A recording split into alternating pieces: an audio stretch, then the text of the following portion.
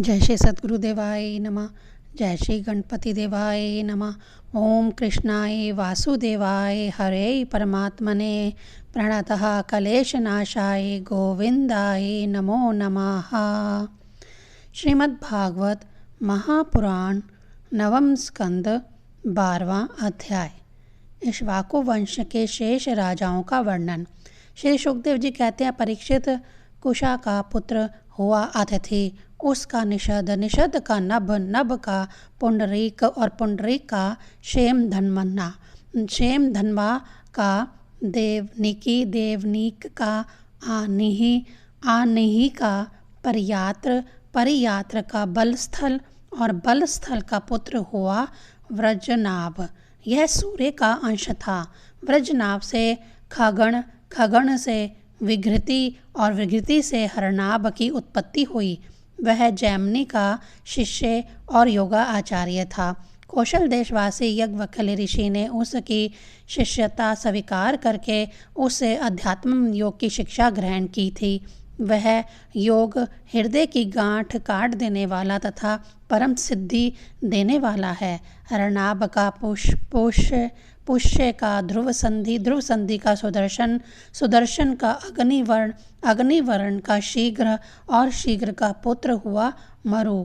मरु ने योग साधना से सिद्धि प्राप्त कर ली और वह इस समय भी कलाप नामक ग्राम में रहता है। कलयुग के अंत में सूर्य वंश के नष्ट हो जाने पर वह उसे फिर से चलाएगा।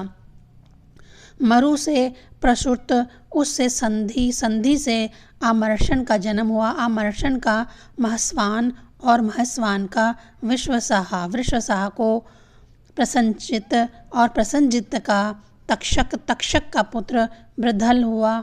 परीक्षित, इसी बृहदल को तुम्हारे पिता अभिमन्यु ने युद्ध में मार डाला था। परीक्षित, इक्ष्वाकु वंश के इतने नरपति हो चुके हैं, अब आने वालों के विषय में सुनो।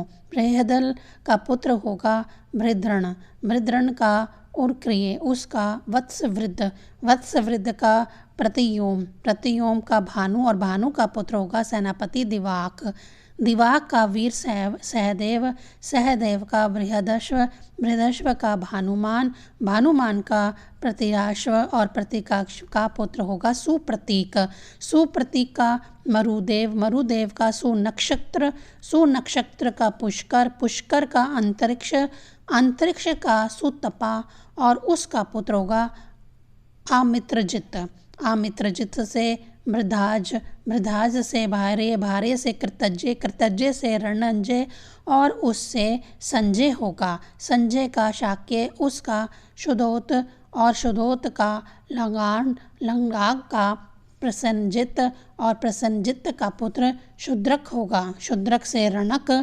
रणक से सुरथ और सुरथ से इस वंश के अंतिम राजा सुमित्र का जन्म होगा। यह सब बृहदल के वंशधर होंगे।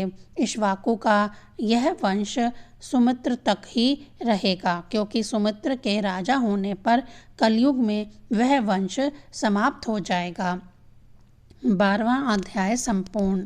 13वां अध्याय, राजा निमि के वंश का वर्णन। श्री सुखदेव जी कहते हैं, परीक्षित इक्ष्वाकु के पुत्र थे निमि। उन्होंने यज्ञ आरंभ करके महर्षि वशिष्ठ को ऋतज्व के रूप में वरण किया। वशिष्ठ जी ने कहा कि राजन, इंद्र अपने यज्ञ के लिए मुझे पहले ही वरण कर चुके हैं। उनका यज्ञ पूरा करके मैं तुम्हारे पास आऊँगा, तब तक तुम मेरी प्रतीक्षा करना। यह बात सुनकर राजा निमि चुप हो रहे और वशिष्ठ जी इंद्र का यज्ञ कराने चले गए। विचारवान निमि ने यह सोचकर कि जीवन तो क्षणभंगुर है, विलंब करना उचित ना समझा और यज्ञ प्रारंभ कर दिया। जब तक गुरु वशिष्ठ जी ना लौटे तब तक के लिए उन्होंने दूसरे ऋतज्वों को वरण कर लिया। गुरु वशिष्ठ जी जब इंद्र का यज्ञ संपन्न करके लौटे तो उन्होंने देखा कि उनके शिष्य निमि ने तो उनकी बात ना मानकर यज्ञ प्रारंभ कर दिया है।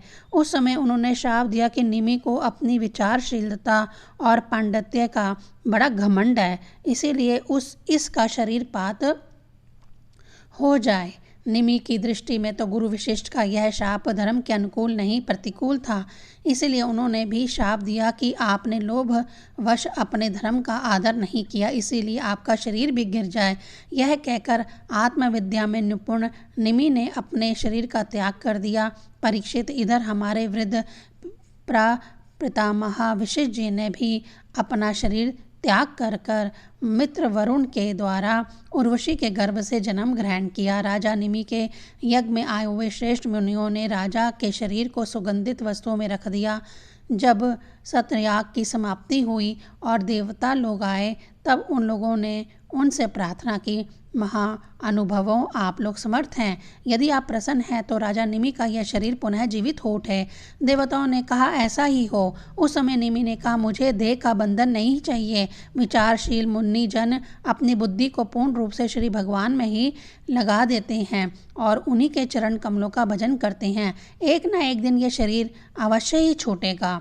इस भय से भीत होने के कारण वे इस शरीर का भी कभी संयोग ही नहीं चाहते, वे तो मुक्त ही होना चाहते हैं। अतः मैं अब दुख, शोक और भय के मूल कारण इस शरीर को धारण करना नहीं चाहता।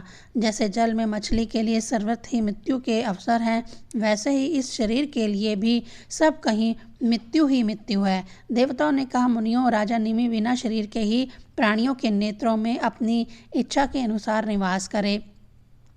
वे वहाँ रहकर सूक्ष्म शरीर से भगवान का चिंतन करते रहे। पलक उठाने और गिराने से उनके अस्तित्व का पता चलता रहेगा। इसके बाद महर्षियों ने यह सोचकर कि राजा के ना रहने पर लोगों में अराजकता फैल जाएगी, निमि के शरीर का मंथन किया। उस मंथन से एक कुमार उत्पन्न हुआ। जन्म लेने के कारण उसका नाम हुआ जनक।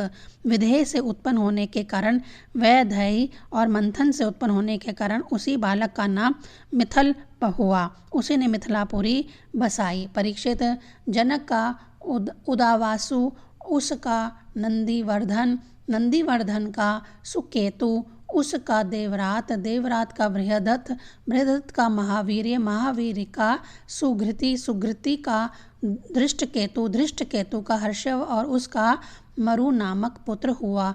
मरु से प्रतिपक, प्रतिपक से कृतिरथ, कृतिरथ से देवमीड़, देवमीड़ से विश्रुत्र और विश्रुत्र से महाघृति का जन्म हुआ। महाघृति का कृतिरात, कृतिरात का महारोमा, महारोमा का स्वर्णरोमा और स्वर्णरोमा के पुत्र हुआ हर्षवरोमा। इसी हर्षवरोमा के पुत्र महाराज शीरध्वज थे। वह जब यज्ञ के लिए धरती जोत रहे थे, तब उनके सिर यानी हल के अग्र भाग से सीता जी का उत्पत्ति हुई। इसी से उनका नाम शीरध्वज पड़ा। शीरध्वज के कुशध्वज, कुशध्वज के धर्मध्वज और धर्मध्वज के दो पुत्र हुए, कृतध्वज और मित्रध्वज। कृतध्वज के केशाध्वज और मित्रध्वज के खांडेयी हुए। परीक्षित, केशी ध्वज आत्मविद्या में बड़ा प्रवीण था। खांडीय कथा कर्म कांड का मर्मज्ञ वह केशी ध्वज से भयभीत होकर भाग गया। केशी ध्वज का पुत्र भानुमान और भानुमान का शतघ्रुधन था। शतघ्रुधन से शुचि, शुचि से संध्वज, संध्वज से ऊर्ध्वकेतु, ऊर्ध्वकेतु से अज, अज से पुरुजित, पुरुजित से अरिष्टनेमि, अरिष्टनेमि से शतायु, शतायु से सुपार्शक, सुपार्शक से चित्ररथ और चित्ररथ से मिथिलापति शेमधी का जन्म हुआ। शेमधी से समरथ, समरथ से सत्यरथ, सत्यरथ से उपगुरु और उपगुरु से उपगुप्ता नामक पुत्र हुआ। यह अग्नि का अंश था। उपगुप्त का ववस्वानंत, ववस्वानंत का युद्ध और युद्ध का सुभाषण, सुभाषण का श्रुत, श्रुत का जय, जय का विजय और विजय का घृत नामक पुत्र हुआ। श्रुत का शुनुक, शुनुक का विथव्य, विथव्य का घृति, घृति का बहुलाक्ष, बहुलाक्ष का कृति और कृति का पुत्र हुआ महावशी।